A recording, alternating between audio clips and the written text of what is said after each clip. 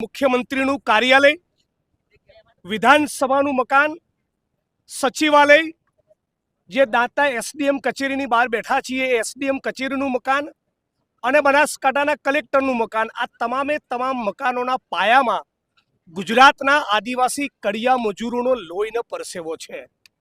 આ ગુજરાત આજે આટલું ઊભું છે એ ગરીબ શ્રમજીવી આદિવાસીઓના પરસેવાના કારણે. જ્યારે સરકાર આઈએસ આઈએફએસ આવા શબ્દો નહોતા ત્યારે પણ જંગલ હતું અને ત્યારે પણ આદિવાસી સમાજ હતો.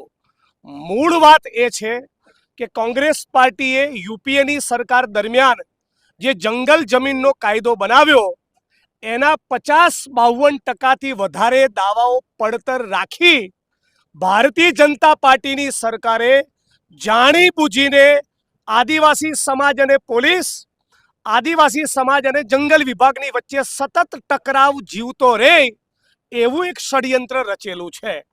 જો આ બધા પ્રશ્નોનું સમાધાન થઈ ગયું હોત, જો જંગલ જમીનના કબજા આદિવાસી સમાજને મળી ગયા હોત, જો જંગલ જમીનને લઈને કોઈ વિવાદ ના હોત, તો જંગલ વિભાગ અને આદિવાસી સમાજ અને પોલીસની વચ્ચે ઘર્ષણ થવાનું કોઈ જ કારણ નહોતું. આ પહેલી વાત. બીજી બાબત, જે ઘર્ષણ થયું, જે હિંસા થઈ એને અમે સખત શબ્દોમાં વખોડીએ છીએ. ભોગ બનનાર આદિવાસી પોલીસ કર્મી બધા માટે મારી સંવેદના છે, પણ મૂળ વાત એ છે કે જિલ્લા પોલીસે, જિલ્લા તંત્રએ જે પોલીસની વાત સાંભળીને ફરિયાદ લીધી એ જ પ્રમાણે આદિવાસી સમાજ અને માનનીય કાંતિભાઈ ખરાડીના નિવેદન પ્રમાણેની પણ ફરિયાદ નોંધવી પડે. તમારી ને મારી વચ્ચે ટંટો થાય, તમારા પક્ષથી કંઈક થયું હોય ને મારા પક્ષથી થયું હોય તો ક્રોસ ફરિયાદ થાય એવું કાયદો કહે છે. એ પ્રમાણેની ન્યાયિક કાર્યવાહી કરવામાં નહીં આવે, આદિવાસી સમાજને ન્યાય નહીં મળે તો અંબાજીથી ઉમરગામ સુધીનો પટ્ટો હજુ વધારે ગરમ થશે.